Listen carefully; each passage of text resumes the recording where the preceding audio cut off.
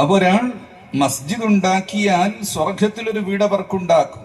100 ആള് ചേർന്നൊരു മസ്ജിദ് ഉണ്ടാക്കിയാലോ സ്വർഗത്തിൽ ഓരോരുത്തർക്കും ഓരോ വീട് അല്ലാഹു തആല കൊടുക്കും. അല്ലാഹു തആല എന്ന ഖിസാന വളരെ വലുതാണ്. എത്ര കൊടുത്താലും അത് അവസാനിക്കുകയില്ല. അപ്പൊ അതിൽ ആരെല്ലാം അതിൽ പങ്കുചേരുന്നുവോ അവർക്കെല്ലാം അതിന്റെ കൂലി ലഭിക്കും. ഈ ഹദീസ് പറഞ്ഞപ്പോ സ്വഹാബത്ത് ചോദിച്ചു, യാ റസൂലല്ലാഹ് വഹാദിഹിൽ മസാജിദുല്ലതി തുബ്നാ ഫിത്തുറുഖ്, മത്റൂഖായ മസ്ജിദുകളെ പറ്റിയാണോ ഈ പറഞ്ഞത്? അഥവാ പ്രൈവറ്റ് ക്യാമ്പസിനുള്ളിലുള്ളതല്ല, പബ്ലിക്കിന് എപ്പോഴും കയറി വരാൻ പറ്റുന്ന രീതിയിലുള്ള മസ്ജിദുകളെ പറ്റിയല്ലേ ഈ പറഞ്ഞിട്ടുള്ളത്? തങ്ങൾ പറഞ്ഞു, നഅം വഹാദിഹിൽ മസാജിദുല്ലതി തുബ്നാ ഫിത്തുറുഖ്, മത്റൂഖായ മസ്ജിദുകളെ പറ്റിയാണ് പറഞ്ഞത്. മത്റൂഖായ മസ്ജിദ് എന്ന് പറഞ്ഞാൽ വഴിയോരങ്ങളിലുള്ള മസ്ജിദ്, ഇതെല്ലാം അതിൽപ്പെട്ടതാണ്. പബ്ലിക്കിന് പ്രത്യേകമായ അനുമതിയൊന്നും വാങ്ങാതെ കയറി വരാൻ പറ്റുന്നത് എന്നാണ് അതിന്റെ അർത്ഥം.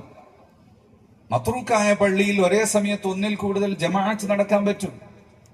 ചില ആളുകളുണ്ടെങ്കിൽ ഒരു ജമാഅത്ത് നടക്കുമ്പോൾ അതിന് മുമ്പ് ആരെങ്കിലും വന്ന് നിസ്കരിച്ചാൽ അപ്പോഴേക്കും ഒച്ച ഉണ്ടാക്കും. ചിലർ ഒരു ജമാഅത്ത് നടക്കുമ്പോൾ വേറൊരാൾ ജമാഅത്തിന് കൈയെട്ടിയാൽ 2 ജമാഅത്ത് പാടില്ല എന്ന് പറയും. അങ്ങനൊന്നും പറയാൻ പാടില്ല.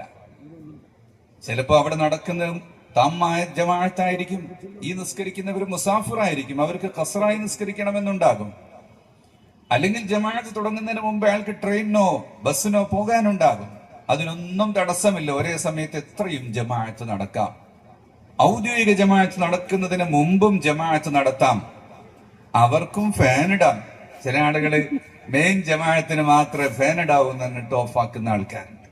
അത് നിസ്കരിക്കുന്ന ആളുകൾക്കും ഖുർആൻ ഓതുന്നവർക്കും കിതാബ് ദർസ് നടത്തുന്നവർക്കും എല്ലാറ്റിനും വേണ്ടിയാണല്ലോ അത് വെച്ചിട്ടുള്ളത്.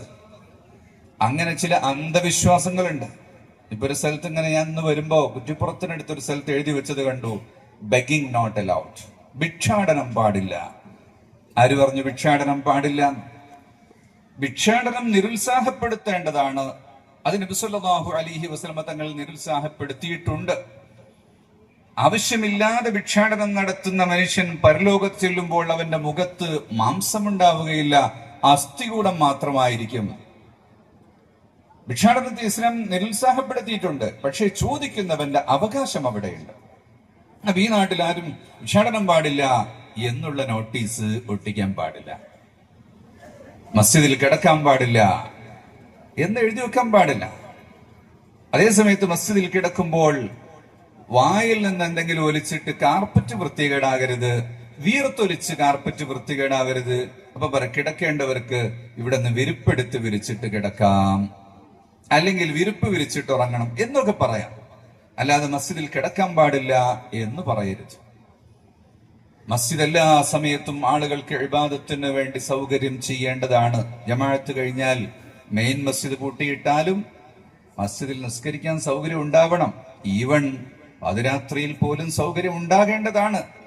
ഇന്നത്തെ കാലത്തെ ചില സുരക്ഷാ ക്രമീകരണങ്ങൾ കാരണം ചിലപ്പോൾ എല്ലാ സ്ഥലത്തും നമുക്ക് സാധ്യമായില്ലെങ്കിലും വഴിയോരങ്ങളിൽ എവിടെയെങ്കിലുമൊക്കെ പാതിരാത്രിയിൽ പോകുന്ന ആളുകൾക്കും വേണ്ടി വന്നാൽ നിസ്കരിക്കാനുള്ള സൗകര്യങ്ങൾ ഉണ്ടാകേണ്ടതുണ്ട്.